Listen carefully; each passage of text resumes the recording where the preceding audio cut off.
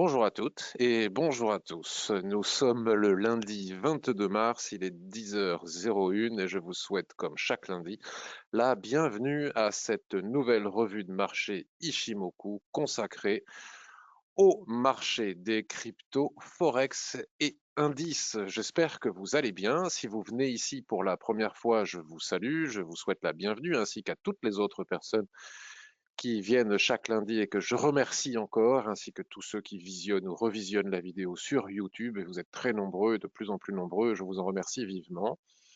Vous verrez qu'avec ce petit logiciel GoToWebinar de conférence en ligne, vous avez un onglet qui vous permet, où il y a écrit questions, vous pouvez l'agrandir et poser vos questions, faire vos commentaires.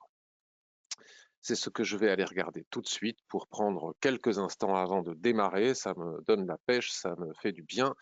Lire vos bonjours et vos salutations et vous les rendre par la même occasion. Salut Christian, bonjour Roland, Grégory, Hervé, Mathieu, Alain, Eric, Pierre, Jackie, Béatrice, Max, Sandro, Frédéric et toutes les personnes qui vont arriver, Walid qui arrive à l'instant, toutes les personnes qui vont arriver au fur et à mesure et celles qui n'ont peut-être pas encore trouvé l'onglet. Alors, n'oubliez pas que ces revues de marché n'ont pas pour vocation à vous partager des signaux de trading ou des conseils en investissement, pas plus que de vous enseigner à utiliser l'Ishimoku. Pour cela, pour l'apprentissage de l'Ishimoku, vous avez mon blog qui apparaît sous vos yeux, mes formations. Je répète que, alors vous avez été nombreux à me demander, mais comment on fait pour acquérir la formation via le CPF? C'est une nouveauté, on peut l'acquérir en direct, et on peut aussi l'acquérir. Donc dans la page formation, là où s'affiche le prix, vous avez la possibilité ici de cliquer, obtenez ce pack via votre CPF ici, vous cliquez dessus et vous aurez toutes les explications. Vous avez aussi ma chaîne YouTube, vous êtes très nombreux à vous y être abonnés, pratiquement 13 000 et je vous en remercie vivement. Je vous invite à explorer les playlists, vous trouverez aussi beaucoup de ressources pour apprendre l'Ishimoku gratuitement. Le forum, extrêmement important pour ceux qui veulent véritablement progresser, c'est l'endroit où vous pouvez publier vos analyses avec des graphiques et où vous trouverez toujours quelqu'un pour vous répondre, une jolie communauté de plus en plus active. Et ça aussi, je vous en remercie. Et puis, vous avez tout en bas sur la page d'accueil, tiens, rappelez-vous aussi que vous pouvez tester via mon intermédiaire ProRealTime Trading non plus 15 jours, mais un mois. Hein, il suffit de cliquer sur ce bouton ici. Vous pouvez aussi avoir des réductions si vous avez acheté mes formations pour ProRealTime via Saxo Bank ou Interactive Broker. Bref, à vous de bien explorer toutes ces ressources. Il y en a beaucoup et qui veut s'en donner les moyens, il y a vraiment de quoi lire. Avant même d'acheter mes formations, évidemment, si vous les achetez, vous irez beaucoup plus vite dans l'apprentissage.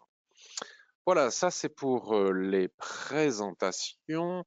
Nous allons passer désormais. Ah oui, alors ne pas oublier l'avertissement sur les risques, très important, qui vous indique que le trading avec Ishimoku ou autres de devises, CFD, actions futures, etc., comporte un haut niveau de risque et que de ce fait, vous pouvez gagner ou perdre plusieurs fois le montant de votre capital, etc., etc. Prenez bien le temps de lire. Je retourne aux commentaires et aux questions. Bonjour Sandro, bonjour Marc-Antoine, Jean-Claude, Tisticiter.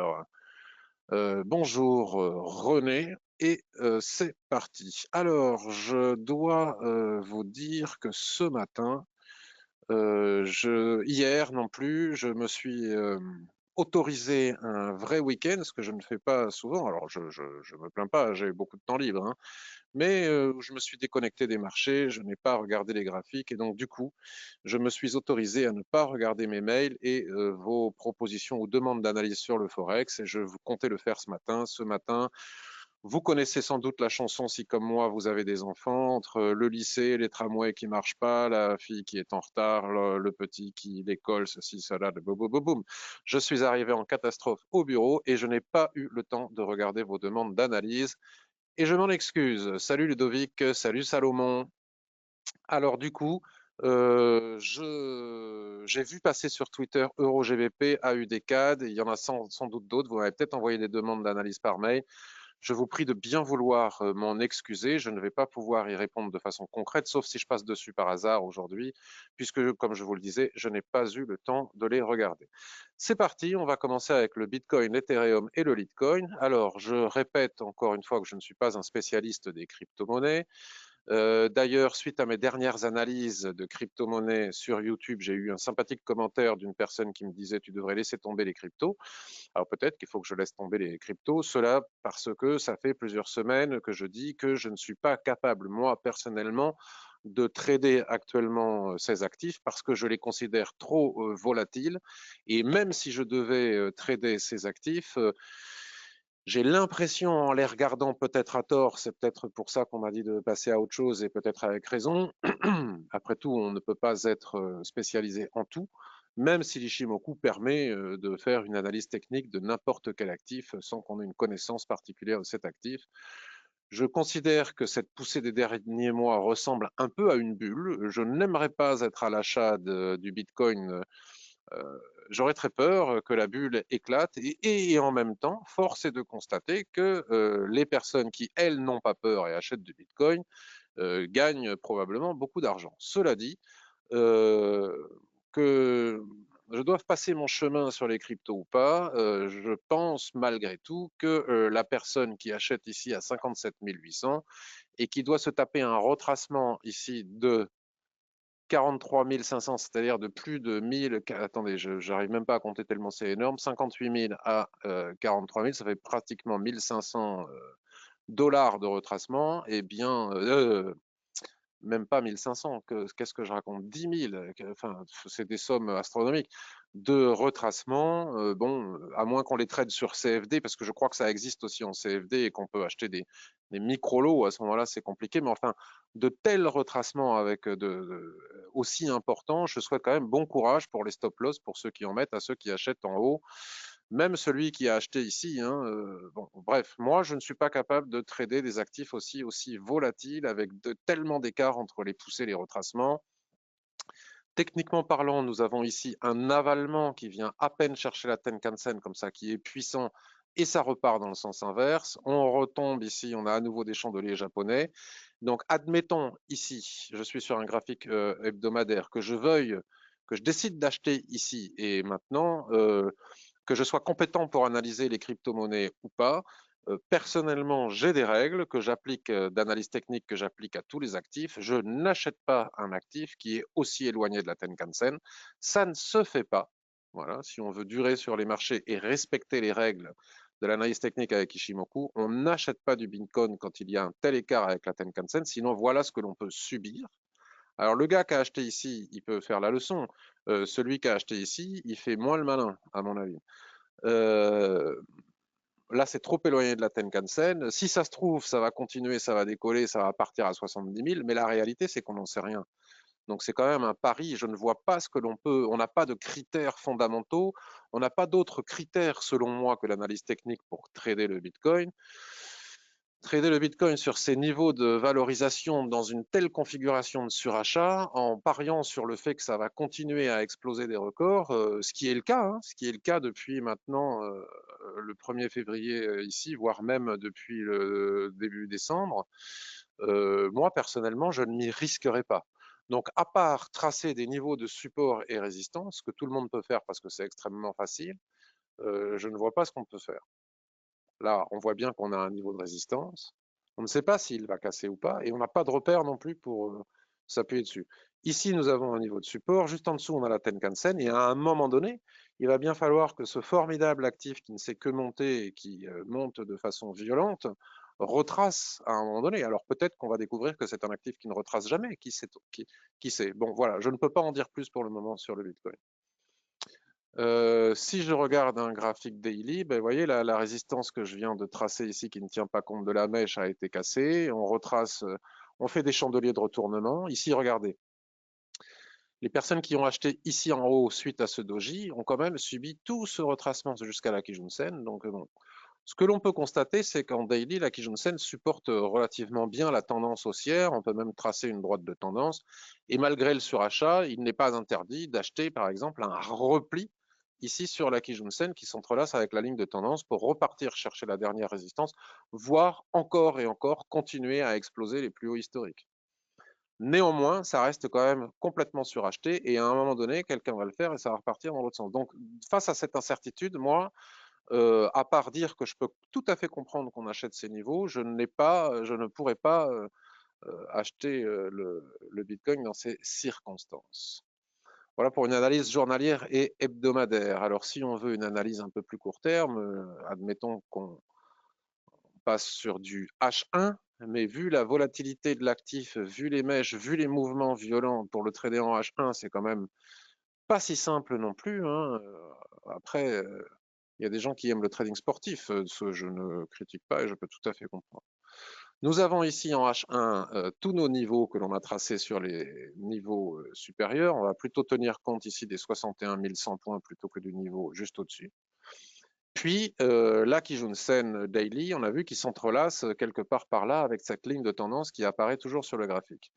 En attendant, l'actif est parti du plus haut pour venir chercher un plus bas suite au twist. Vous voyez, l'analyse technique avec l'Ishimoku fonctionne toujours. Nous avons ici un nuage à plat avec une succession de twists.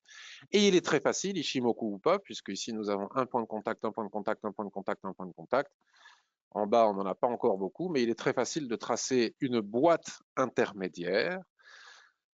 Les plus courageux peuvent acheter ici les chandeliers de retournement, comme ça a été le cas ici, en bas de cette dérive latérale, pour viser une nouvelle fois une rotation complète au-dessus du range. Enfin, ceci dit, on en a déjà fait plusieurs. En cas de cassure de cette boîte intermédiaire par le bas sous les 55 990, alors la probabilité devient forte pour aller chercher les 54 000. Donc voilà ce qu'il est possible de faire en intraday. Et à contrario, si l'on casse ici la boîte intermédiaire par le haut, à 59 560, on a le chiffre rond des 60 000 qui fait résistance, on voit avec les mèches. Et au-dessus, on a à nouveau les 61 100, puis les 61 780. Voilà ce qu'il est possible de faire en intraday. L'Ethereum, s'il veut bien s'afficher, en H1, puisque nous sommes toujours sur le graphique H1, la configuration est tout à fait similaire. Nous avons bien une indication de l'Ishimoku qui nous montre un nuage à plat avec une succession de twists nous indiquant qu'il n'y a pas de tendance. Et quand il n'y a pas de tendance, c'est qu'il y a forcément une dérive latérale, autrement dit un range, avec le point haut ici, le point bas ici. Et à chaque fois que les prix viennent chercher ici ce support intermédiaire à 1758, pour le moment, ils y rebondissent, c'est-à-dire qu'on pourrait très bien tracer une deuxième boîte comme ça, par exemple. On pourrait même cette deuxième boîte la tracer comme ça. Attendez, parce que du coup, je décale une boîte. La tracer comme ça, et un peu comme le Bitcoin, on a nos deux boîtes avec moins d'espace ici en haut. La cassure ici des 1758 engendrerait très probablement 1730, mais attention, parce que regardez les mèches, à bien rentrer en clôture, hein, et si on entre en clôture, il ne faut pas qu'on ait cassé jusqu'ici, sinon on n'a plus le ratio. Donc j'aurais tendance sur l'Ethereum à attendre plutôt une sortie de la grande boîte, soit par le haut, soit par le bas, et si tel était le cas, à aller chercher des objectifs sur les unités de temps supérieures. Ici, on a des repères de plus ou moins court terme. Et ici, nous avons d'autres repères à la baisse en cas de cassure de cette boîte. Donc voilà comment il convient de procéder si on veut trader en intraday ces deux crypto-monnaies. À plus long terme, je trouve que c'est plus difficile. Et pour terminer, le Litecoin, donc là nous sommes sur un graphique journalier, donc ce qui saute aux yeux ici, c'est que nous avons une tendance avec un ralentissement de tendance ici, un autre ralentissement de tendance ici. Néanmoins, la tendance reste haussière. Et les prix s'inscrivent ici dans un triangle. Tant qu'on reste au-dessus de cette ligne de tendance et au-dessus du nuage hein, qui s'entrelace, ici la SSB, tout à l'heure c'était la Kijun-sen, ici c'est la SSB qui s'entrelace, ici il n'y a pas de raison de sortir. Hein. Si ça casse par le bas, eh bien écoutez, nous avons un premier support que tout le monde est capable de voir, c'est extrêmement facile à tracer ici, puis nous avons toute une série d'autres supports. Si ça casse par le haut, juste au-dessus, nous avons une résistance horizontale. Donc au-dessus des 236,80, les 269,50 sont en ligne de mire. Bon, mais voilà, il est très facile de tracer les résistances et les supports intermédiaire actuellement sur les crypto-monnaies. Pas forcément facile à trader vu la volatilité et vu l'excès haussier. Donc je vous laisse faire la suite pour ne pas trop perdre de temps parce que là, il n'y a pas véritablement grand-chose de plus à dire selon moi. Bonjour Benjamin, bonjour Ludovic. Merci Ludovic qui a vu l'interview avec Trado et qui m'a dit sympa de connaître un peu plus sur votre mentor. Ok. Euh, Alors, je passe désormais au Forex. J'aimerais commencer par l'USD-Yen puisque l'USD-Yen avait ma préférence en tant que plan de trading la semaine dernière. Et là, nous allons voir que ce n'est pas parce que nous avons un plan de trading bien établi ou avec un souhait fort pour que le plan de trading se mette en place que pour autant ça se déclenche. Donc si ça ne se déclenche pas, on ne le traite pas, c'est pas compliqué. Mais ce qui ne s'est pas déclenché la semaine dernière peut encore se déclencher cette semaine. Donc le plan de trading sur l'USD Yen en intraday demeure. Donc vous voyez, même pour de l'intraday, parfois un plan ne se déclenche pas. Nous avions tracé cette ligne de tendance en disant qu'il était possible de la tracer aussi autrement, mais enfin bon, voilà, on tient compte de ces chandeliers ici, on tient compte de cela, et voilà notre ligne de tendance. Nous avions évoqué lundi dernier, et je l'ai réévoqué, puisque je fais maintenant en milieu de semaine, alors soit le mercredi, soit le jeudi, je vais faire de nouvelles vidéos, le Club des Trois, où je vais revenir sur 3 actifs que j'ai analysés en début de semaine, à la fois le lundi dans la revue de marché Forex et Indice, et le mardi pour la revue de marché Action. Donc, j'avais ciblé ici les 109,90 comme objectif, puisque j'avais indiqué et montré pourquoi est-ce que le niveau des 110 est un niveau très fort, avec un fort attrait des prix, et cela depuis des années maintenant sur l'USD Yen. Donc, je ne vais pas recommencer puisque ça a déjà été fait. Et si vous voulez le revoir, vous allez regarder sur le blog, j'ai écrit un billet en milieu de semaine à ce propos, avec le timing exact où l'on peut revoir mon analyse de la semaine dernière sur l'USD Yen. Et donc l'idée en intraday, je reviens maintenant sur un graphique H1, donc on a frôlé l'idée, était d'attendre, vous voyez, en plus c'est parfaitement bien tracé, je n'ai pas gagné de trade, mais je suis content de mon analyse. J'avais dit lundi dernier qu'en intraday, malgré le surachat sur les unités de temps supérieures, et étant donné la force d'attractivité des 110, donc avec un objectif à 109,90 juste au-dessus, la cassure intraday des 109,37 engendrerait probablement soit après cassure, soit après repli. Ça, on ne peut pas le savoir tant qu'on n'a pas vu de quelle manière se réalise la cassure. Hein. C'est en fonction de la cassure et des lignes de l'Eshimoku qui sont en dessous qu'on décide si on entre sur cassure ou après repli. Engendrerait un objectif, et cela n'engageait que moi puisque je ne partage pas de signaux, à 109,90. Bien.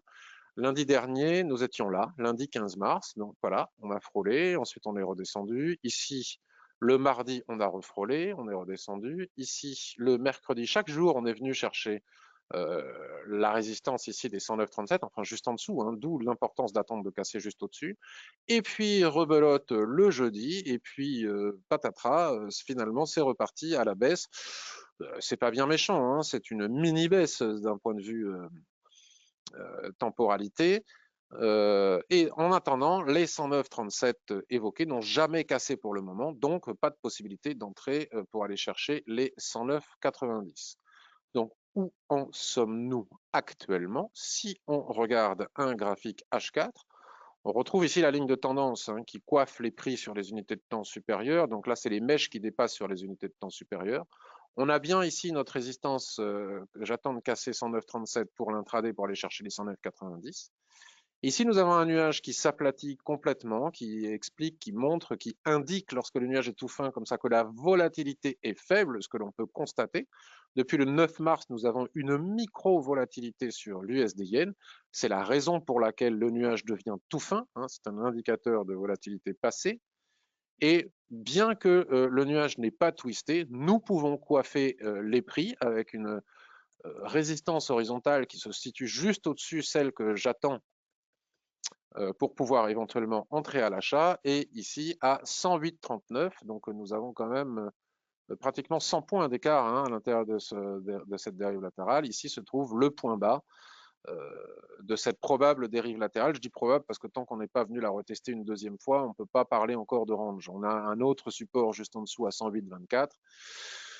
Donc je dirais que tant qu'on ne sort pas sous les 108,24, Il n'y a pas de raison de vendre, hein, en tout cas pour du moyen terme, et tant qu'on ne casse pas au-dessus des 109,37, il n'y a pas de raison d'aller chercher notre objectif. Mais pour moi, le plan demeure. Donc si on casse par le bas, j'envisagerais à ce moment-là. 107,50 est un autre support. Nous avons 105,5, nous avons 107, nous avons 110. Il y a des supports résistance explicites qui jouent leur rôle depuis des années sur l'USD-Yen et qui rendent son trading relativement facile à condition que le timing d'entrée en position soit facile aussi, ce qui n'est pas forcément le cas, mais en tout cas au niveau de l'analyse. Les 107, 107,50, 105,5 en dessous et les 110 sont des niveaux extrêmement importants de support résistance sur l'USD-Yen. Donc la cassure des 108,26 pourrait engendrer un objectif à 107,50 et au contraire, la cassure des 109,37, un objectif au niveau des 109. En attendant, pour le moment, il n'y a pas de twist, mais on peut imaginer que ça puisse arriver si les prix continuent à descendre. La SSA va continuer à descendre aussi. En attendant, il n'est pas impossible de trader le range entre 108,25 et 109,25. Il y a 100 pips d'amplitude. En allant chercher aussi la zone d'équilibre si on le souhaite, qui devrait pouvoir se trouver ici à 108,70. Donc l'USD Yen, pour moi, cette semaine demeure une paire à surveiller pour pouvoir la trader de différentes manières, soit à la hausse, soit à la baisse, soit en trading range, avec une préférence toujours pour la cassure des 109,37. Voilà pour l'USD Yen. Je vais essayer d'aller un petit peu plus vite parce que si je passe un quart d'heure par paire, ça ne va pas le faire. Euro USD. Alors, il en est où l'euro USD? Je ne le surveille pas. Si, on en avait parlé. Alors, écoutez, ici, nous avons une ligne bleue. Donc, cette ligne bleue, c'est la Kijun-sen. Daily, non, hebdomadaire. Si je l'ai tracée, voilà. On la retrouve ici. Vous ne la voyez pas parce qu'elle est recouverte de la ligne, par la ligne. Et donc, me semble-t-il, j'ai dit lundi dernier qu'à la hausse, malgré le retracement qu'il y a, la tendance demeure malgré tout haussière. Hein, le nuage reste haussier. On peut tracer une ligne de tendance de long terme qui est remise en question ici. Mais en tout cas, il n'est pas possible d'acheter tant qu'on demeure sous la Kijun-sen hebdomadaire ici. Et à la vente, nous avons ici, bon, ça a bien bougé ces derniers jours, mais un point haut ici, on ne peut pas parler de range, mais en tout cas, on peut tracer l'écart qui existe entre ce point haut ici et ce point bas, hein, qui est explicite. On voit bien que c'est un support qui a été travaillé par le passé, qu'on retrouve sur le graphique si on le fait défiler vers le passé, vers la gauche. Nous avons eu cette pénétrante ici qui a renvoyé les prix pile poil sur le niveau de Kijun-sen hebdomadaire. Juste au-dessus, on a la Kijun Daily qui correspond à la Tenkan-sen hebdomadaire. Et il n'y a pas grand-chose à faire tant que nous n'avons pas franchi ces niveaux. Soit on franchit ces niveaux, on ne peut pas véritablement parler de range ici, hein, le nuage redescend vers le bas, mais on peut quand même tenir compte du point haut et du point bas.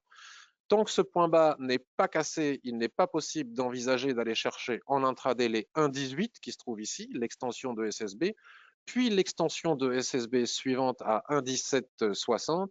Et tant qu'on ne casse pas la Kijun-sen hebdomadaire, il n'est pas possible d'aller chercher la Tenkan-sen ou la Kijun-sen Daily. Ça a été fait, regardez ici avec cette mèche. Sauf que pour l'entrée en position, c'est pas parce qu'on vise cette cible qu'il est facile d'y rentrer, vous comprenez, puisqu'on est obligé d'attendre les clôtures. Par contre, si je bascule sur un graphique H1, peut-être que cette possibilité nous a été donnée. Où est-ce qu'elle est, elle a été, où est-ce que ça a été franchi? Ça, je retrouve plus mes repères. Bon, peu importe. En tout cas, si on regarde un graphique H1, on se rend compte que les niveaux que je viens d'évoquer s'inscrivent dans une dérive latérale que l'on pourrait tracer de cette manière. Donc à partir du moment où on trace cette dérive latérale en H1, on peut revenir sur une unité de temps supérieure. Vous voyez, on retrouve parfaitement bien notre point bas ici, la Kijun-sen hebdomadaire, la Kijun-sen daily. Donc tant qu'on ne casse pas sur cette Kijun-sen daily, on va la matérialiser aussi comme ça par une autre ligne bleue.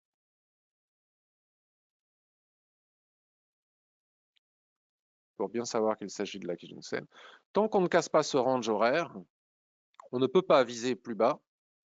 On peut s'amuser à tracer les niveaux de support juste en dessous, ils sont importants. Il n'y a pas beaucoup de marge. On est inscrit sur des niveaux qui ne laissent pas beaucoup de marge. Alors on me dit parfois, l'Ishimoku, il y a des lignes partout, on ne peut pas rentrer en position. Bah, tant mieux. Comment voulez-vous, si vous entrez ici à l'achat, ben, vous perdez parce que vous entrez sous la Kijun-sen hebdomadaire. Et je peux vous garantir que suite à ce chandelier haussier, là, il y a un paquet de particuliers qui sont rentrés ici, ils n'ont pas compris pourquoi ils avaient perdu, parce qu'il y a la Kijun-sen hebdomadaire. Donc, vous voyez, les lignes de l'Ichimoku, elles ne sont pas là simplement pour nous embêter ou pour faire joli sur un graphique, elles sont là pour nous éviter de perdre. Et puis juste en dessous, il y a d'autres supports. Si on vend alors qu'on est un support ici, on n'a pas une forte probabilité de réussir notre trade. Donc c'est comme ça, c'est pas autrement. Donc nous avons ici regardez la mèche ici, hein. Là, ici, il y avait un super signal de vente. Alors c'était quand? Jeudi à 23 heures. Alors évidemment, jeudi à 23 heures, en général, on fait autre chose. Mais si ça n'avait pas été un jeudi à 23 heures, enfin j'espère pour vous que vous faites autre chose que de passer la nuit à regarder des graphiques. Je sais qu'il y a des gens à qui ça arrive. Ce magnifique doji était un magnifique signal de vente pour retourner chercher le bas du range. Ici, nous avons à nouveau des chandeliers de retournement. Donc tant qu'on ne casse pas ici clairement les 1,19, les 1,20, il est difficile d'aller chercher les 1,20-35. Et tant qu'on ne casse pas par le bas ici les 1,18-37, difficile d'aller chercher les 1,18-10, puis les 1,18, puis des positions qui sont en dessous. Donc, à part attendre que ce range casse dans un sens ou dans un autre, pourrait commencer à réétudier d'autres possibilités, ou trader ce range, ou trader ces cassures si le timing est favorable, ce qui n'est pas évident vu le peu d'espace que l'on a, pour obtenir un bon ratio entre le niveau de stop et le niveau de cassure et l'objectif. Il n'y a pas grand-chose d'autre à faire. Voilà pour l'euro USD. J'ai vu passer sur Twitter euro GBP, me semble-t-il, par Jérémy, qui, si j'ai bien, alors j'ai regardé, mais alors vraiment super rapidement, attend la cassure de ce niveau, me semble-t-il, hein, à vérifier. D'ailleurs, les 0,82-94, peut-être ai-je mal lu. Bon, nous avons ici de nouveau le nuage de l'Ishimoku qui nous indique qu'il n'y a pas de tendance de long terme depuis maintenant, c'est à peu près tout le temps le cas pour RoGBP. C'est rare que RoGBP entre en tendance, hein, il est pratiquement toujours en dérive latérale, puis de temps en temps il casse un niveau. Donc là, on s'approche du niveau des 0,85-22 que vous n'allez peut-être pas retenir, mais il suffit que vous reproduisiez mes tracés pour comprendre et faire vos propres plans de trading si ça vous convient.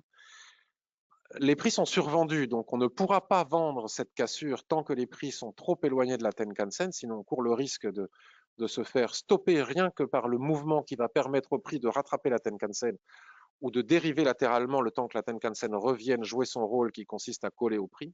Mais la cassure ici de ce niveau engendre, attention, peut-être le descendre un tout petit peu plus bas, mais ça, voilà. Bien tenir compte des niveaux de support, hein, même aller les chercher plus loin s'il le faut. La cassure ici des 0,85, on va dire, qui est un chiffre rond, c'est parfait, pourrait engendrer un objectif à 0,83. C'est tout à fait possible. Regardons s'il n'y a pas d'obstacle sur les unités de temps supérieures. Alors là, on a, alors Chikuspan n'a pas véritablement d'obstacle ici jusqu'à la SSA, mais ça correspond pile poil à notre tracé ici. Nous avons bien ici notre objectif que l'on peut remonter ici. Mince, j'ai décalé le rectangle, peu importe.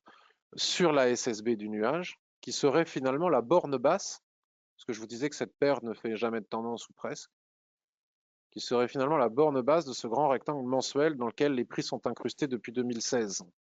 D'accord? Donc on tape en haut, on vient chercher le bas. Donc étant donné qu'on a tapé en haut, la probabilité de venir chercher le bas est importante. Donc nous avons ici tous nos tracés. Regardez, les deux ranges que l'on a tracés sur les unités de temps inférieures coïncident parfaitement bien avec les niveaux de support-résistance que l'on a ici, avec un niveau de support intermédiaire ici, qui correspond bien, regardez, au niveau de clôture des prix, qui lui-même correspond bien à l'extension de SSB que nous avons ici. Donc on a tracé tout ce que nous avions à tracer. Si on bascule sur des unités de temps supérieures, on peut tracer d'autres niveaux intermédiaires, après à chacun de faire le boulot qu'il a à faire ou pas, en fonction de son horizon, de sa temporalité. La tendance ici, on est en daily, hein, c'est bien ça, en daily est parfaitement baissière.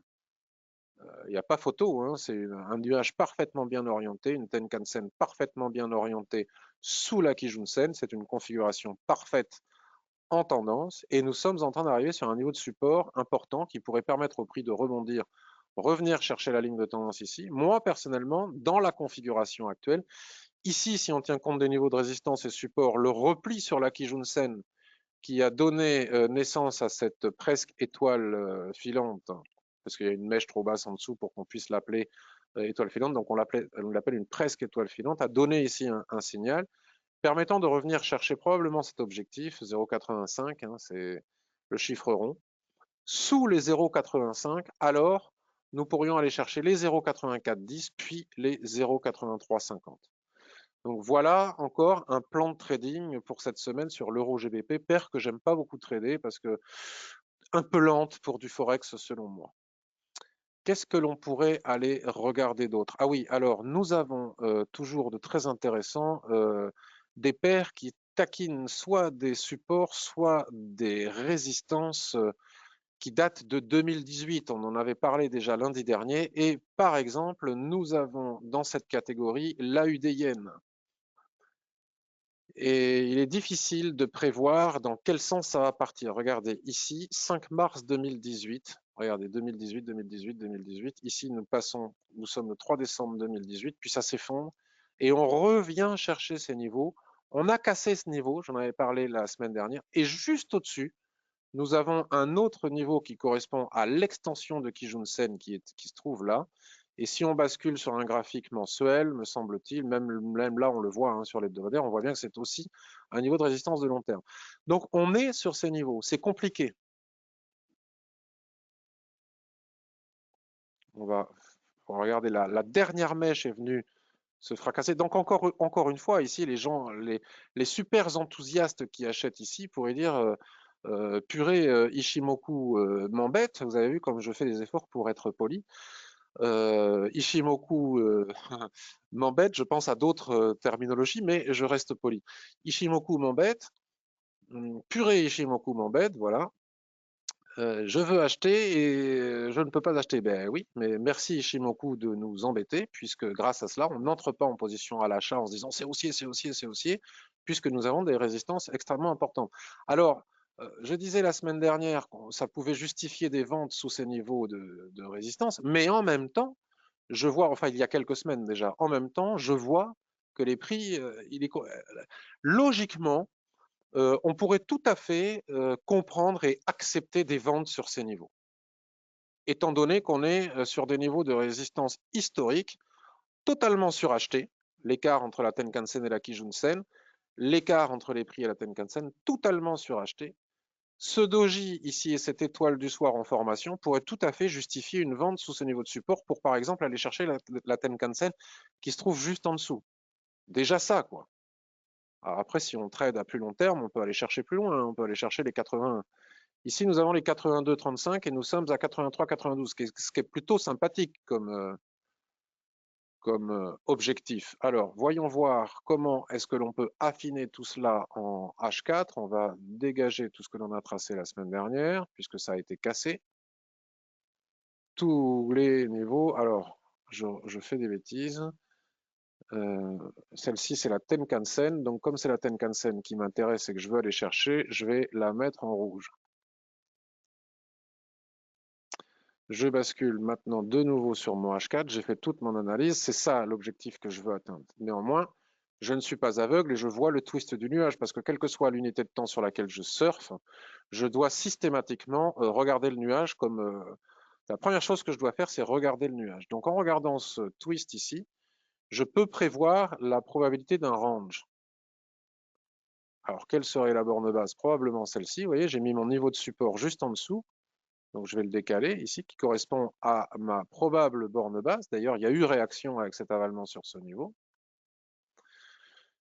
Sous ce niveau, si on veut partir en semi-swing, on va dire en petit swing pour 100 et quelques points, puisqu'on est à 83,77 et l'idée est d'aller chercher 82 pour à peu près 150 points, il faut une cassure de ce niveau. La Kijun-sen est vraiment loin. Hein. Il faut une cassure de ce niveau, attendre, patienter, qu'il y ait un repli sur les lignes de l'Ishimoku qui vont descendre sur cette board. Ça peut monter d'ailleurs plus haut.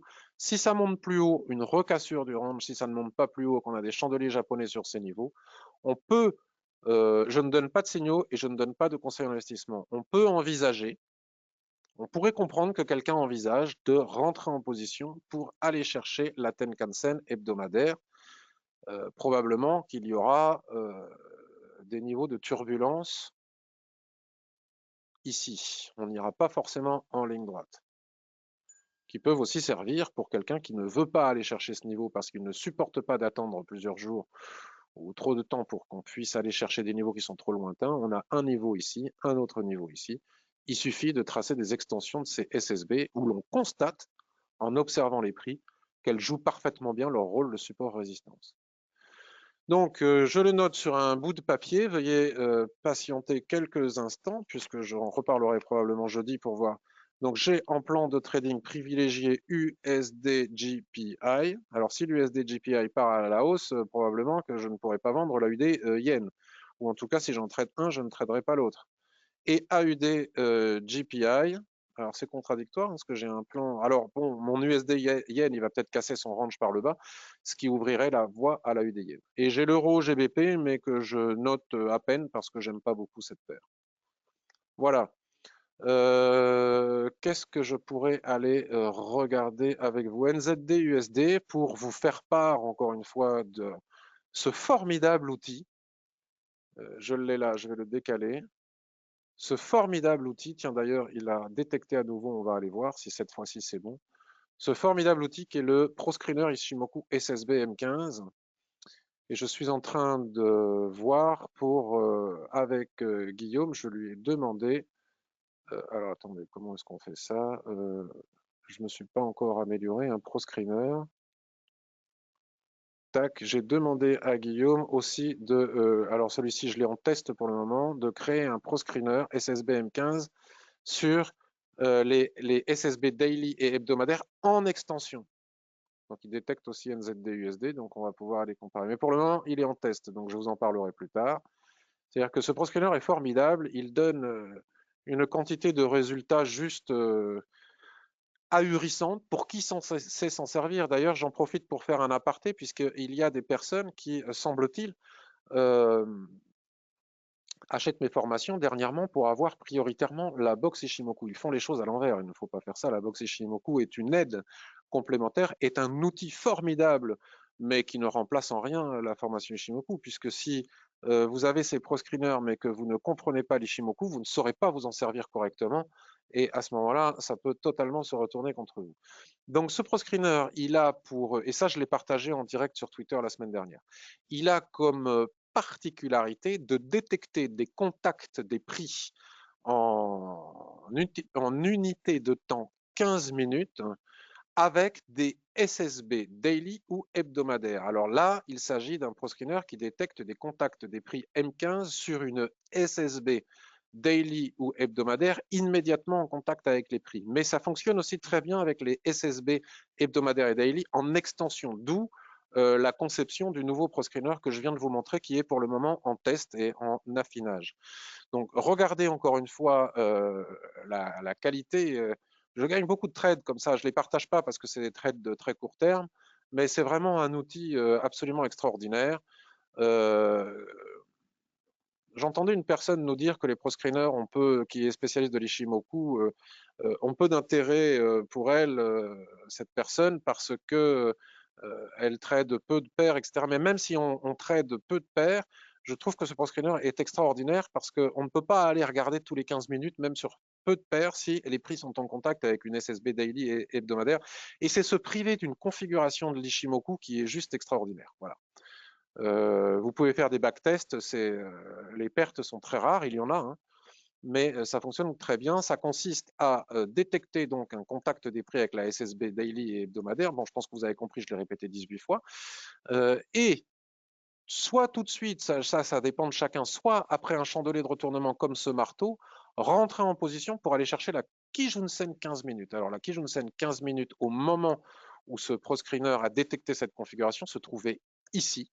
Donc il y a eu tergiversation, hein. Regardez, on est monté, on ne l'a pas atteint, on est redescendu ici, on a pu se faire peur, mais si on avait un stop en dessous, on n'a pas perdu le trade. Et puis finalement, ça a été gagné. On peut aussi aller chercher encore moins, c'est-à-dire on peut aller chercher la Kijun M5 qui se trouve souvent en dessous. Ça peut être tout à fait suffisant, c'est des trades de très court terme et ça fonctionne parfaitement bien à condition de savoir s'en servir. Parfois, on a une détection du ProScreener mais avec une Kijun-sen qui est juste au-dessus, on ne peut pas rentrer, ou des configurations Ishimoku qui font que malgré la détection du proscreener, on ne peut pas rentrer, d'où l'intérêt absolu de savoir se servir de l'Ishimoku avant de vouloir se servir des proscreeners. Voilà, ça c'est fait. Donc maintenant, je vous le remontre, le proscreener, puisque c'est en direct, autant profiter pour voir ce qu'il en est. Le proscreener détecte une nouvelle fois sur cette paire. Alors là, il est quelle heure? Il est 10h40, donc c'est toutes les 15 minutes. Donc il a détecté ça il y a 10 minutes, donc c'est trop tard pour y aller maintenant. Il a détecté ça il y a 10 minutes puisque c'est en clôture. On peut essayer d'aller regarder pourquoi. On va Bien là, c'est pas compliqué, c'est toujours la même SSB puisqu'elle était là, la SSB, la semaine dernière quand j'ai montré. Donc là, nous avons une autre configuration. Nous avons ici les prix qui sont en bas, ouais, ils sont ici, détectés, regardez, avec ces chandeliers de retournement. Voilà. Donc l'idée ici serait de venir chercher la Kijun-sen. Mais c'est beaucoup moins confortable et beaucoup moins réalisable, bien que ce soit possible. Ça se trouve, on va regarder tout à l'heure. Je vais mettre une flèche pour qu'on s'en souvienne ensemble. On va regarder tout à l'heure, dans quelques minutes, ce que ça a donné. L'idée ici, le contact ici avec la SSB, puisque les prix viennent vers le bas, ce serait de revenir chercher la Kijun-sen. Mais c'est beaucoup moins confortable. Et moi, personnellement, ici, je ne serais pas rentré, puisque là, nous n'avons pas d'obstacle. Il n'y avait pas d'obstacle. La SSA avait été franchie, la Shikuspan n'avait pas d'obstacle. Et il était facile d'aller chercher. Là, les lignes ont bougé depuis. La Kijun-sen M5 et un meilleur ratio aussi puisque là, il faudrait sortir à partir du moment où les prix passeraient ici, nous aurions un meilleur ratio. Donc là, ici, la configuration est moins favorable parce que nous avons la SSB juste en dessous. Et d'ailleurs, regardez, la SSB, pour le moment, ne laisse pas passer les prix. Néanmoins, ça peut tout à fait fonctionner aussi. Donc, on va aller regarder tout à l'heure. Mais là, ce n'est pas une configuration avec laquelle je rentrerai. D'où l'intérêt de savoir lire l'Ishimoku avant de vouloir utiliser les proscreens. Alors, je n'ai pas regardé à la base NZD USD pour cela. Donc NZD-USD, on est sur du H4. Donc on va nettoyer tous les graphiques ici. On va laisser cette droite puisqu'elle est importante. Ça, c'est le trade que l'on a fait la dernière fois. Pour constater ensemble que la première chose que je fais lorsque j'utilise l'Ishimoku, c'est regarder le nuage et rien d'autre. Et ce nuage m'indique un twist ici, m'indique un twist ici, et me montre très clairement qu'il est orienté horizontalement. Autrement dit, il n'y a pas de tendance. Et donc, ce twist ici, alors là, c'est embêtant parce que nous sommes dans des configurations où il n'est pas évident de tracer le rectangle. Vous voyez, ce serait plutôt ce rectangle, si on tient compte du fait que cette SSB se situe à 50% du point haut et du point bas, alors c'est ce deuxième rectangle dont il faut tenir compte. Et d'ailleurs, ça tombe bien puisque c'est les zones qui correspondent aussi à la SSB. Vous voyez, donc on part du bas, on rebondit sur ces niveaux. Pour le moment, on ne passe pas au-dessus de la SSB daily que je viens d'évoquer, ni de la Tenkan-sen.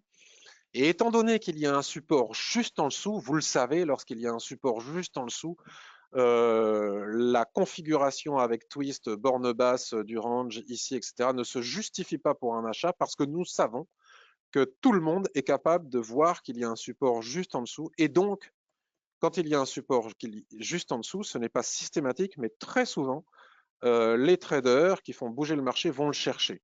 Donc en entrant sur ce niveau, nous ne pouvons pas répondre favorablement à la question cruciale et essentielle que doit se poser tout trader avant d'entrer en position, qui est la suivante. Si j'entre maintenant, ai-je une forte probabilité de réussite?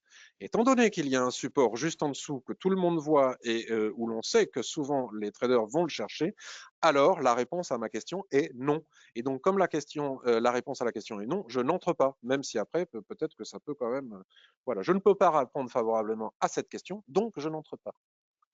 Par contre, si les prix viennent chercher ce niveau et dessinent des chandeliers de retournement, alors j'ai la possibilité d'entrer bille en tête sans tenir compte des analyses sur les unités de temps supérieures en trading range pour aller chercher la zone d'équilibre, puis la rotation complète. Si je perds le trade, je m'en fous, puisque de toute façon, en pratiquant de cette manière, je finirai toujours par gagner plus souvent que je ne perds. Et comme j'ai des ratios souvent supérieurs à 2, et bien finalement, je gagne systématiquement, quoi qu'il arrive.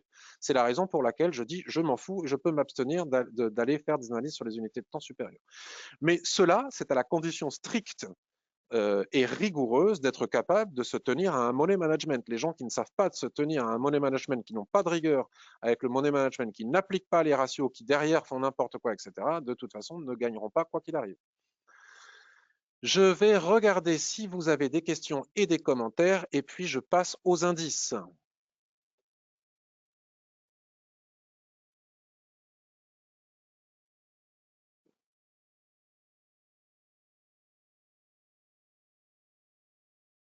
C'est ta première, Zach, en public. Je te remercie.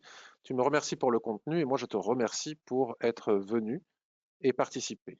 Pouvez-vous nous préciser sur quelle unité de temps, en temps réel, vous faites vos analyses? Merci. Sur toutes les unités de temps, Zach. Si jamais tu as ma formation, tu verras qu'il y a un chapitre qui s'appelle Tous les chemins mènent à Rome, où j'explique qu'il est totalement inutile, comme le prétendent certaines personnes. Peut-être que ça leur réussit très bien, mais moi, je considère que c'est inutile. On dit souvent que pour faire de l'intraday, il faut faire son analyse sur le H1, trouver les cibles sur le H4 et trouver le bon timing d'entrée en position sur le M15. Si on fait du swing trading, on utilisera le H4, le H1 et le daily. Moi, je dis non. Vous pouvez très bien partir d'une unité de temps hebdomadaire pour finalement à conclure en traçant vos niveaux un plan de trading intraday et en partant du 15 minutes, découvrir un plan de trading swing trading. J'explique tout ça très clairement dans la formation avec tout un chapitre entier qui inclut une vidéo. Donc voilà ma réponse à ta question. Bonjour Évrard. Christophe, bonjour Patrick, j'ai écouté ton interview très intéressante. J'attends une deuxième interview. Sympa Christophe, je ne sais pas si j'aurai encore beaucoup de choses à raconter. Le CAD yen, le CAD yen est assez similaire à l'AUD yen. Merci beaucoup Christophe pour cette précision. Donc avec des niveaux de résistance qui datent depuis 2018. Don Tony, bonjour Patrick, bonjour aux copains, je t'écoute en direct de mes travaux. Merci beaucoup Don Tony et bons travaux à toi. Évrard, merci pour l'explication concernant la box SSBM 15. Je ne voyais pas où entrer et je me demandais si je comprenais bien le fonctionnement. Je suis rassuré. Alors, merci de cette précision Évrard. N'oubliez pas que quand je vous envoie la box avec les formations, je vous envoie aussi des liens vidéo. Et sur ces liens vidéo, il y a des vidéos qui expliquent très clairement comment utiliser cette box. Alors, je vais prendre le temps de vous le remontrer. Vous pouvez aussi aller sur ma chaîne YouTube. Je suis trop content de ma petite musique là que j'ai réussi à mettre. Vous allez sur les playlists. Ah ben comme ça, on voit que j'aime des vidéos de guitare. Heureusement que j'ai pas mis des vidéos d'autres choses. Euh, je sais pas ce que j'ai voulu jouer là. L'Ishimoku Box, vous avez ici une playlist qui s'appelle l'Ishimoku Box. Et si tu vas dedans, tu as toutes les explications clairement euh, explicitées sur le fonctionnement. Euh, alors, qu'est-ce que je voulais faire? Revenir au graphique. Et sur le blog aussi, il y a un billet que j'ai fait récemment avec plein d'exemples qui expliquent très clairement. Et j'ai envoyé ce billet sur la newsletter. D'où l'intérêt d'être inscrit à la newsletter. Voilà.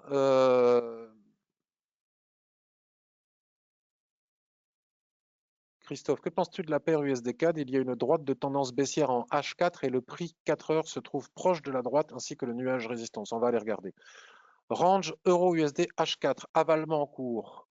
Merci beaucoup Bruno. Alors, je ne sais pas si tu es arrivé à temps, mais on a déjà fait l'analyse euro-USD tout à l'heure. Tu utilises, Zach, le RSI au lieu des stochastiques, il n'y a pas de problème. De toute façon, moi, les stochastiques, je ne les utilise pas pour lire l'Ishimoku. Je les utilise que pour leur complémentarité extraordinaire avec les chandeliers japonais, chapitre entier que vous pouvez retrouver dans ma formation en chandelier japonais. Si vous aimez la guitare, c'est que vous aimez trader les ranges.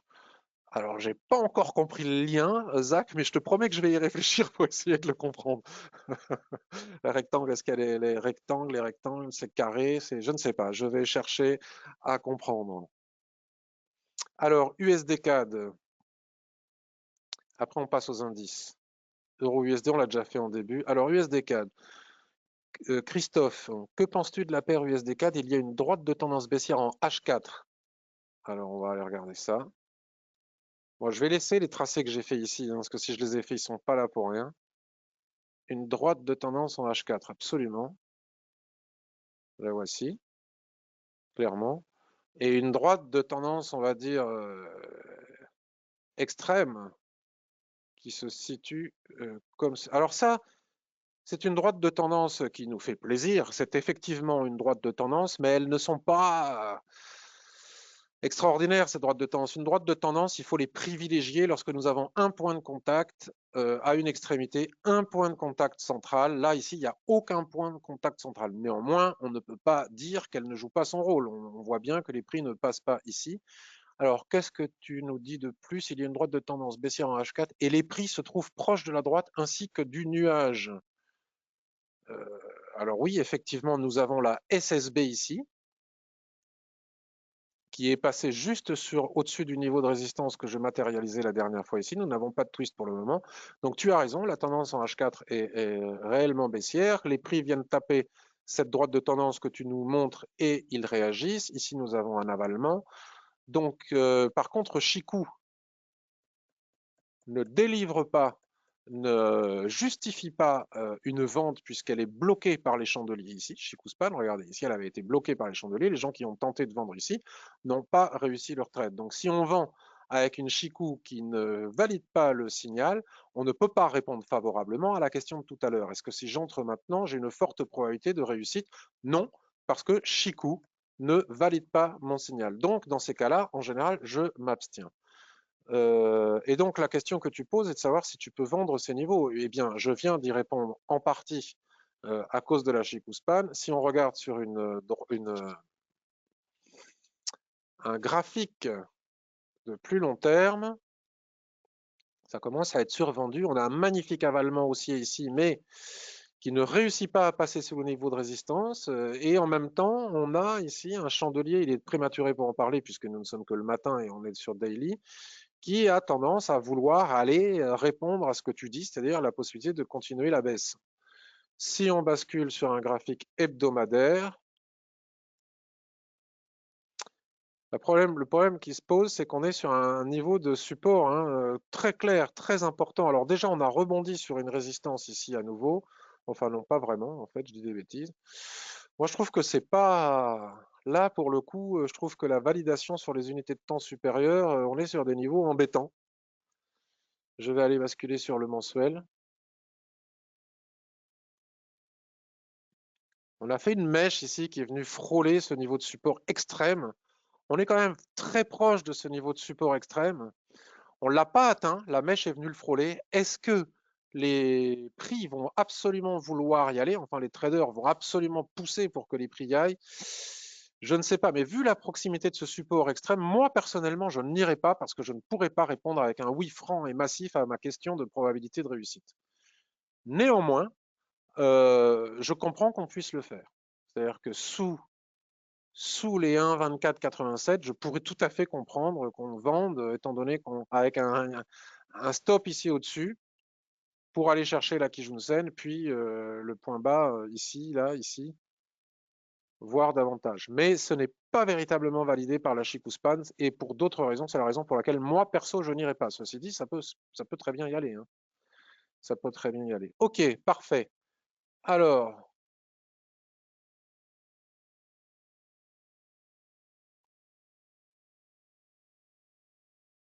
Zach, si vous aimez. Alors, regardez le DAX en M5 à 9h10, la bougie montante. Ok, je vais aller voir ça après.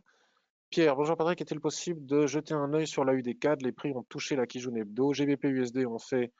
Alors, je ne peux pas tous les faire, hein, les amis. Je suis désolé Patrick, mais je vais devoir m'absenter. Beaucoup de boulot en ce moment. Je regarderai la suite sur YouTube, mais je t'en prie, Benjamin. Donc, je regarde vite fait à UD4 et puis ensuite on passe aux indices.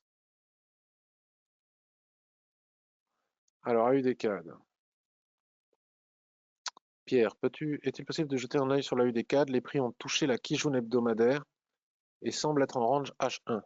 Ok. Alors, AUDCAD, déjà les tracés de la semaine dernière.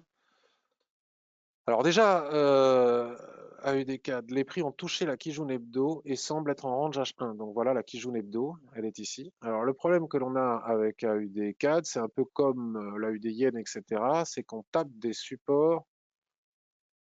Bon, on tape des résistances. En tout cas, on l'a tapé, cette résistance, c'est sûr. Et je disais lundi dernier que c'est probablement des niveaux de résistance assez qu'on peut retrouver assez lointains. Et que, en tout cas, une vente se justifiait parfaitement bien ici sur ces niveaux pour aller chercher la Kijun-sen. Et là, par contre, ça s'est parfaitement bien réalisé. Donc, tu nous dis que les prix ont tapé la Kijun-sen ici hebdomadaire, donc elle est bien matérialisée par cette grosse ligne noire, et qu'ils sont actuellement en range en H1. Donc là, un rebond sur ces niveaux est probable. D'ailleurs, il y a bien eu un beau doji ici. Alors, on passe directement de l'hebdomadaire au H1, c'est un peu violent. Alors, attends, je suis obligé de faire ça parce qu'après, avec mes codes couleurs, mince, je m'y retrouve pas. On va virer cette ligne, comme ça on saura que celle qui nous intéresse, c'est celle-ci, la Kijun-sen hebdomadaire. Ici donc, Kijun-sen hebdomadaire. Et donc là, on est en range H1. On est bien en range H1. Il y a bien une mèche basse ici, il n'y a pas beaucoup de volume. Le ratio est pas terrible, hein. Si on achète ici, qu'on met un stop sous la Kijun-sen hebdomadaire ici,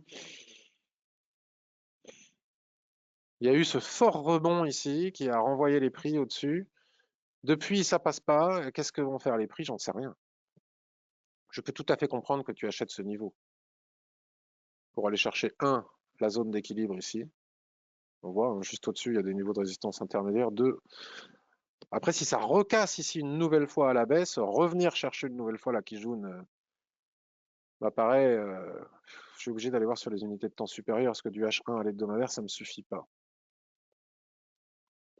Alors, ça reste hyper baissier en H4, malgré le fait qu'on ait tapé la Kijun-sen. C'est ça le problème, c'est que d'avoir tapé la Kijun-sen hebdomadaire ici, hein, regardez encore une fois, je vous parlais de la SSBM15 tout à l'heure, le ProScreener, mais ça marche aussi très bien avec les Kijun. Hein, regardez ici, pouf, réaction des prix. Puis depuis, on redescend. C'est un peu. Là, je vais être moins poli, c'est un peu merdique. Et en daily, qu'est-ce qu'on a? On a le twist ici. On a eu cet avalement, ça redescend. Je peux tout à fait. Et là, on a notre fameuse Kijun hebdomadaire. Alors, acheter cet avalement était pertinent d'un point de vue purement technique. On va mettre une petite flèche verte. Avec un stop sous la mèche. Et là, on serait encore toujours dedans. Donc, si on n'y est pas allé, et étant donné le retracement ici, on peut y aller. Donc, je peux tout à fait comprendre qu'on y aille. Voilà ma réponse. Je peux tout à fait comprendre qu'on y aille. Alors, en H1, c'est un peu compliqué au niveau du ratio. Rentrer maintenant à 0,9555 avec un stop à 0, non 0,95 c'est pas possible, 0,9650 sous les 0,96. On a 50 de stop pour aller chercher 0,9682, à peine 30 points d'objectif ici, voire 0,96 1716 et 0,96 et 60. On n'a pas le ratio, donc on n'entre pas si on n'a pas le ratio ou qu'on va mettre un stop ici. Par contre, si on entre maintenant en swing trading pour aller chercher la SSB Daily, c'est plus pareil. Là, on a le ratio avec le stop ici. Là, on a le ratio. Je peux tout à fait comprendre qu'on le fasse.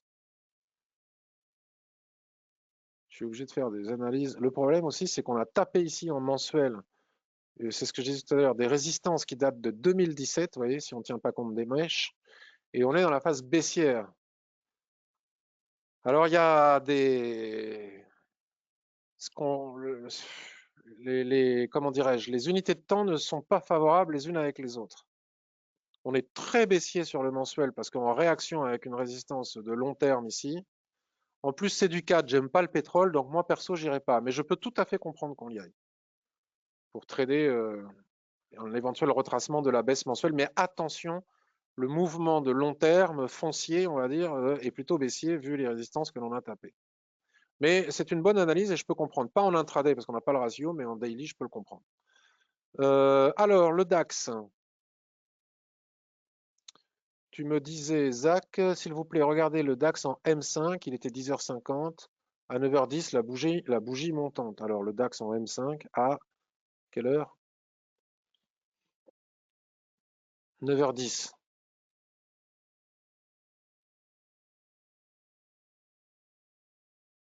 Oui, très bien. Et une fois qu'on l'a vu, on ne peut pas en déduire quoi que ce soit de particulier en M5. Déjà, on n'achète pas un mouvement violemment haussier parce que souvent on est là, ça c'est une situation de. Alors pourquoi cette bougie? Je ne sais pas moi. C'est plutôt cool pour mon portefeuille action, mais pourquoi est-ce que les prix réagissent comme ça ici? J'en sais rien du tout. C'est pas parce qu'il y a une forte bougie montante en M5 qu'il faut aller l'acheter. Hein. Daily. Je ne sais pas ce qui provoque cette, à part les fondamentaux, à part Tokyo qui aurait fermé en hausse, ou là tout de suite maintenant, à part la Tenkan-sen ici sur des niveaux extrêmement surachetés, je ne vois pas. En daily, on ne peut ni acheter ni vendre. On a des chandeliers de retournement baissier. Acheter ici alors qu'on a des résistants juste au-dessus et des chandeliers haussiers n'est pas justifié. En horaire, alors si, voilà, on a trouvé la réponse à cette réactivité. Twist de l'Ishimoku. Première chose que fait le trader Ishimoku, c'est regarder le nuage. Puisqu'il le voit twister ici, il peut tracer sa borne haute probable, sa borne basse que j'aurais tracée ici, hein, étant donné les supports qu'il y a là. Donc réaction immédiate à l'ouverture des prix sur cette borne basse de range.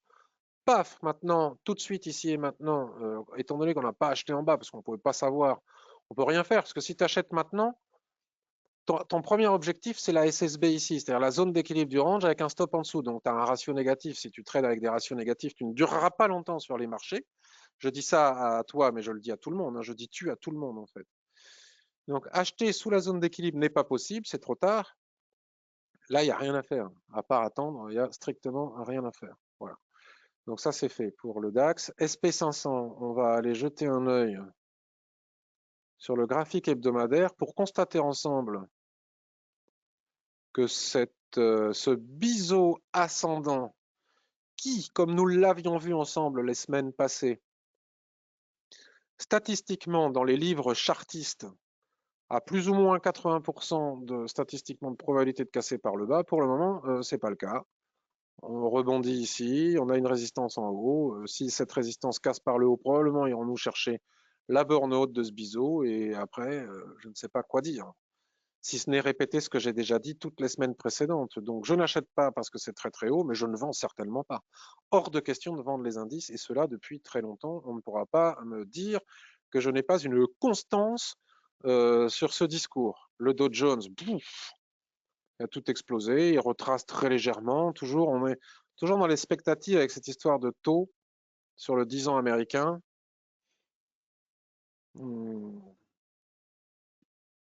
Pas grand-chose à dire de plus que ce que j'ai déjà dit sur les indices les semaines précédentes.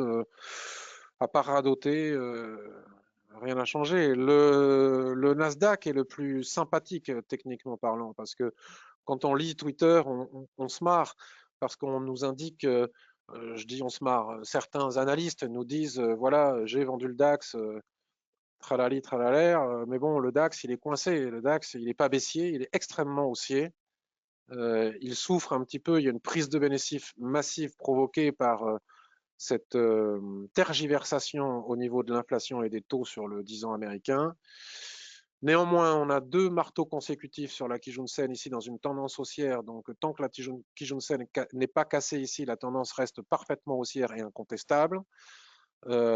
Et en même temps, lorsque l'on tape à chaque fois sur cette Kijun-sen, les prix tentent avec une première mèche, une deuxième mèche, une troisième mèche de passer au-dessus de la Tenkan-sen et n'y parviennent pas. Donc c'est réglé.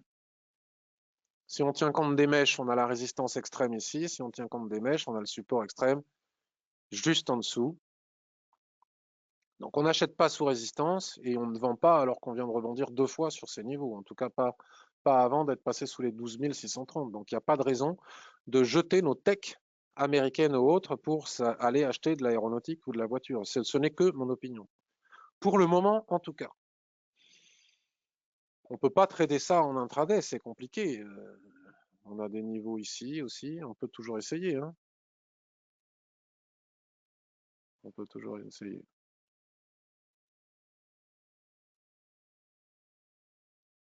Encore une fois, les gens diront ah Ishimoku c'est pénible, il y a des drops partout. Oui, mais merci Ishimoku, le mec qui achète ici suite à ce marteau, qui n'a pas tenu compte ou la nana de la Tenkan-sen qui est ici, il est rejeté, il ne comprend pas pourquoi. Il aurait Ishimoku, il comprendrait pourquoi. Il dira ah super, merci Ishimoku de me mettre des lignes partout, tu m'évites de perdre mon argent. Donc maintenant qu'on a tracé ces lignes en basculant H4, alors là ce qui est formidable et ce qui va résoudre l'intégralité de notre questionnement, c'est ce twist magnifique ici, qui est tout à fait dans la logique de l'Ishimoku, c'est-à-dire que quand il y a tergiversation, hésitation entre deux niveaux extrêmes, eh bien les prix rentrent en range, le marché hésite. Si on casse le range par le haut, c'est bingo, ça repart comme en 40 pour aller rechercher des plus hauts historiques, sauf si d'ici là les taux remontent, etc., etc.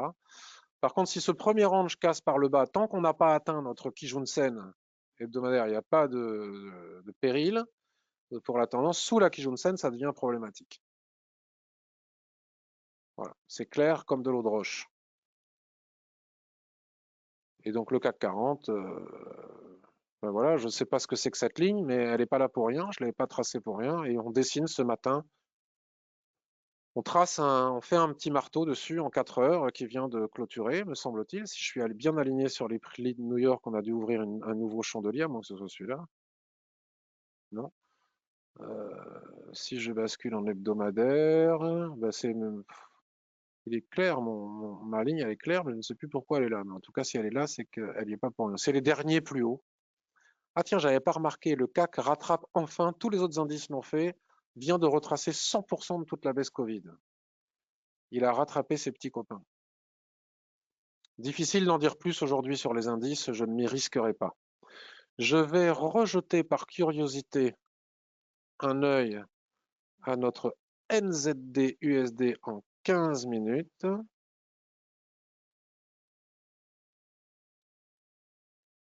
Voilà, vous voyez, il n'est pas allé chercher, si je vire la ligne, il n'est pas allé chercher ici la Kijun M15 et j'avais dit je n'entrerai pas parce que de toute façon quand il y a une SSB juste en dessous, la configuration n'est pas réunie pour pouvoir utiliser le ProScreener.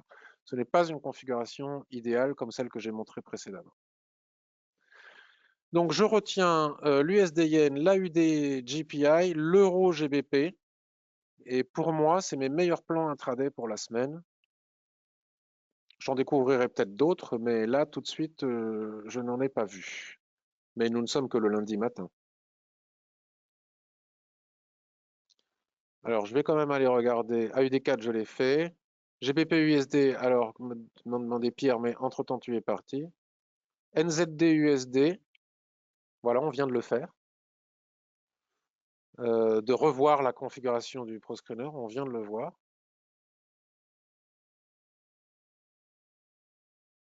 René, pouvez-vous m'envoyer le lien d'invitation pour la revue de marché? Alors, René, d'abord, ben, je ne connais pas ton mail par cœur pour te l'envoyer. Si tu es inscrit à la newsletter, tu reçois automatiquement le lien et je vais le republier à plusieurs reprises et sur Twitter et sur Facebook et sur LinkedIn.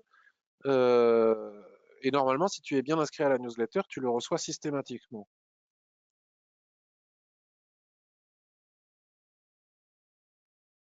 Salut Jean-Claude, tu viens juste d'arriver. C'est très sympa. Depuis le Japon, on parlait du SDN justement.